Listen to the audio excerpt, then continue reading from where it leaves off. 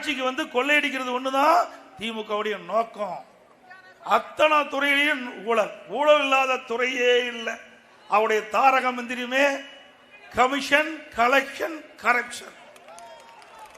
என்ன commission, collection, corruption, இதுதான் இந்த ஆட்சியுடைய தாரக மந்திரம்.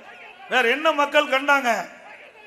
இன்றைக்கு வேளாண்மை துறை அமைச்சர் இருக்காருங்க, என்ன வாக்குறுதி கொடுத்தாங்க?